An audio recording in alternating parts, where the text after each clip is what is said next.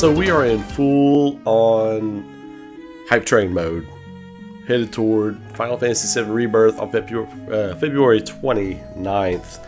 And there are a lot of people who are looking forward to a lot of the different aspects, whether it's gameplay, whether it's story moments. We've been talking a lot about the new gameplay elements that they've been talking about lately on Twitter and through various other social releases Square Enix has. And I've been talking a lot about gameplay, game design, breaking down all the different elements that you'll be able to do, all the different things you'll be able to do in the game. And we haven't talked a whole lot about story. So I was thinking last night after stream, I was like, man, there are a lot of plot points, a lot of story points that are going to hit hard in this part of the story. And I thought, what better way than to kick off Tuesday than to do a top five list moments of story points I think we're going to get in the game. These aren't even things that are going to change, right? There's going to be Zack stuff. There's going to be stuff with other characters that didn't happen in the original that are going to happen in this game. Genesis, anybody? The top five that we pretty much know are likely going to happen in this story. These are the top five things I'm looking forward to. Number 5 on the list is Hojo's Beach Vacation Adventure. Like, everybody is very excited about this scene. They want to see the comedy. They want to see the goofiness of it. Hojo is a terrible, awful villain. And they made him even more so disgusting in Remake with the way he treated Aerith and Aerith's mother's remains and all that kind of stuff. So it will be very interesting to see him on the beach. And who is going to be in that scene? Will Aerith be in that scene? Will she be with the party that discovers Hojo? Or will it just be Cloud happening upon Hojo, maybe? Or maybe Cloud, Tifa, and Barret, or whoever. Will Aerith be there? Likely she will be. It's going to add to some awkwardness, right? And it'll add to some awkward comedy from Hojo for sure. So that is definitely one of the things I'm looking forward to. Number 4 on the list. That many. Number 4. Gold Saucer. Just the event itself. There are going to be a lot of events that transpire at the Gold Saucer. Meeting Cait Sith. And, the whole thing, meeting all the different characters that are there. Is Jesse going to be a Gold Saucer? We're going to meet Dio, we're going to do the battle arena, we're going to do all that kind of stuff, and it's going to be where we get introduced to the conflict with Dyne, really. Unless we get introduced to the conflict with Dyne in Coral before you go in. And people talk about Dyne or whatever, maybe. That could happen. So I'm looking forward to Gold Saucer for a lot of different reasons. The mini games, the story elements, the plot movement, all that kind of thing. But I think one of the real gems of that is going to be the deepening character development between the characters within the party, our main characters. Like seeing them come together, have each other's back, really having Barret's back in that tense situation where we're going to see maybe a side of Barret we hadn't seen yet. Tifa, her support for Cloud, her questions toward Cloud deepening, Aerith's resolve deepening, and Cloud's his state of dementia or whatever you want to call it settling in, deepening in. So it's going to be a lot of cool stuff happening at Gold Saucer, and I am very excited for it. Number 3, bam, the Temple of the Ancients. The Temple of the Ancients is going to be amazing. There's going to be a lot of revelations there. There's going to be a lot of lore being developed there. And here's one of the things I have really been thinking a lot about the Temple of the Ancients. The part where they're reading about the calamity from the sky and all that kind of stuff. And then, you read about the black materia and everything. Wouldn't that be a very interesting, a very amazing part to maybe get visions of those things?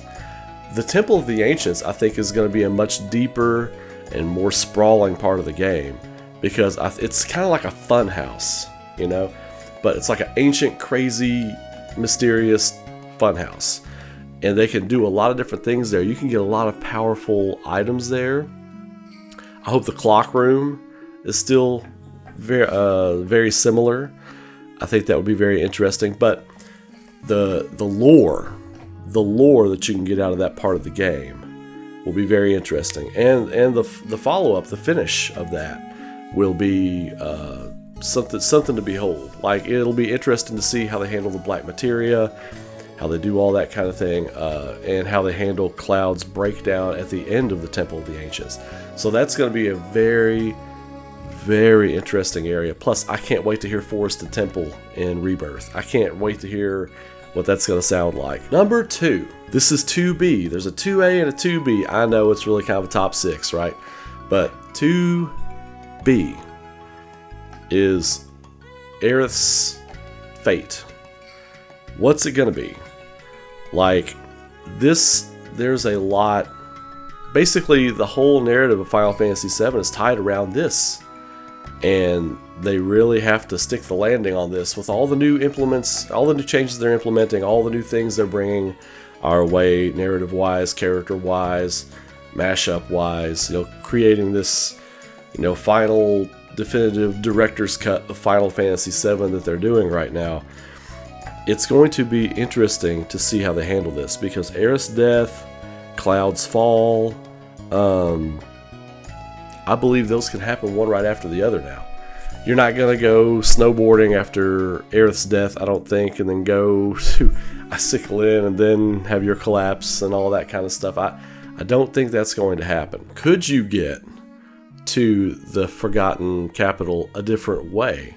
Like, could you have to come from Icicle Inn all the way down so that you go to Professor Gast's residence first and see all that stuff with Aerith's mom and everything, and she could experience that? That would be very interesting, but not as tragic, I don't think. I think it's more tragic when you experience that with the party after Aerith's gone. I'm interested to see how they handle this. It is going to be the moment of the game. How they handle it, how they handle Cloud's breakdown and his eventual fall right after that is going to be interesting, because I think you have to end Game 2 with that. Like Cloud's fall, his descent. I've been saying it since April 2020, since we all finished this game together. I was like, number 2 has to be Empire Strikes Back. Cloud's gone, the Tifa and Barret are captured by Shinra, Aerith's dead, Sephiroth has the black materia, the weapons are awakened, and they look up in the sky and meteors coming. And then that's the final shot of the game. Roll credits, somber music, chef's kiss, man. Anyway, so that's my 2B. Believe it or not, 2A is a personal thing for me, right? And I touched on it a little bit with the gold saucer stuff. We touched on it a little bit. Dyne's entry into the story. I'm really, really hopeful they get a lot of mileage out of this. And not to say spread it thin to pad content, that's not what I'm saying. I felt like in the original game, that felt very rushed.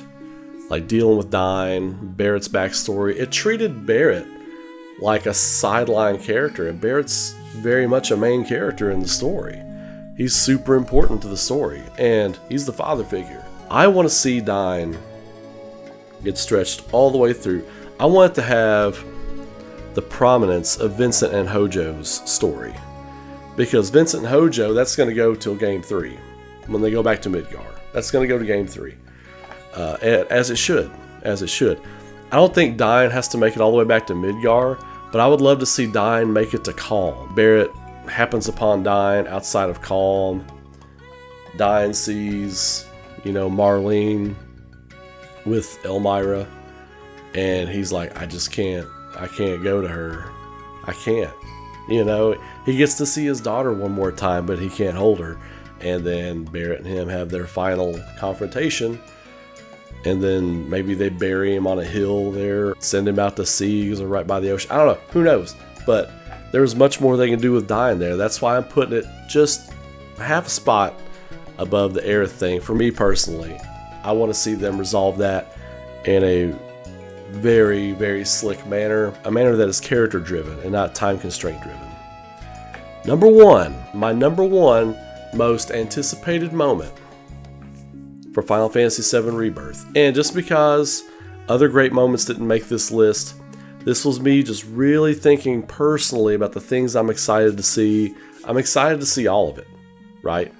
There were some honorable mentions, like first getting to Cosmo Canyon, getting to Gongaga, meeting Zack's family, Rocket Town, Sid Highwind, Vincent Valentine's arrival. Vincent Valentine's arrival could have easily been number one on my list.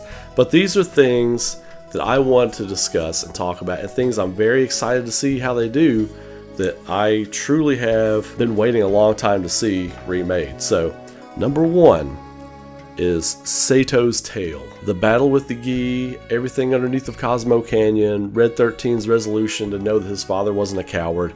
That is an emotionally potent scene.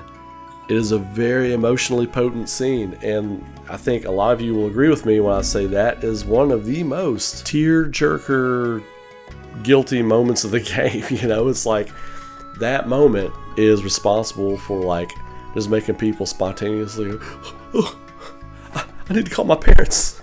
I need to call my dad. I need to call my mom. You know, I mean, that moment is very responsible for that with a lot of people, you know.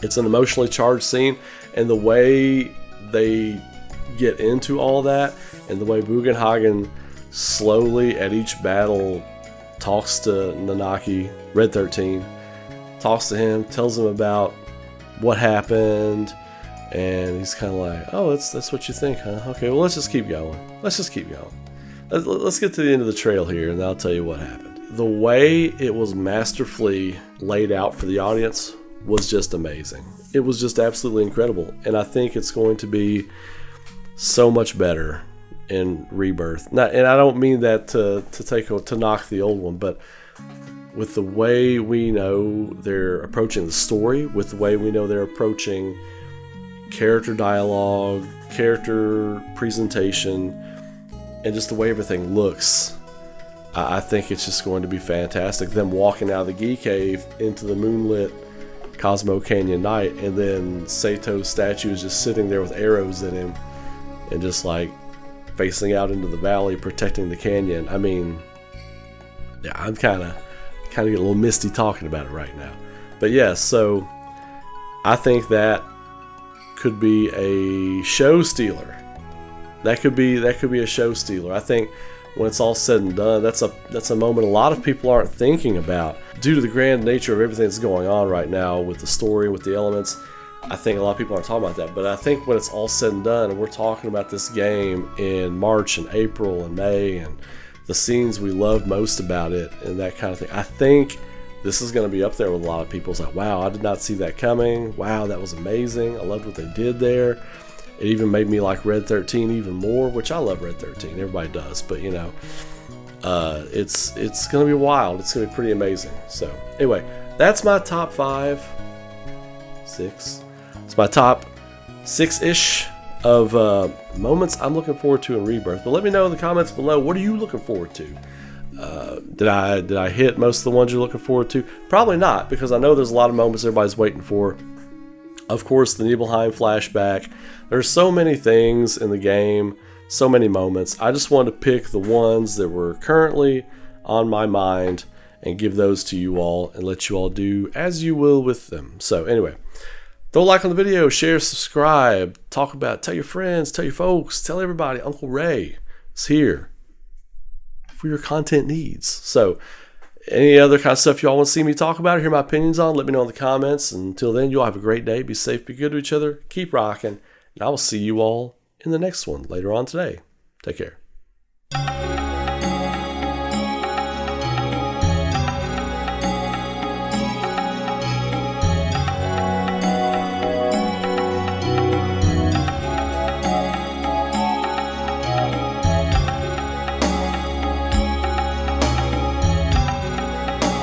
I want to say a quick thank you to my YouTube and Patreon members and supporters.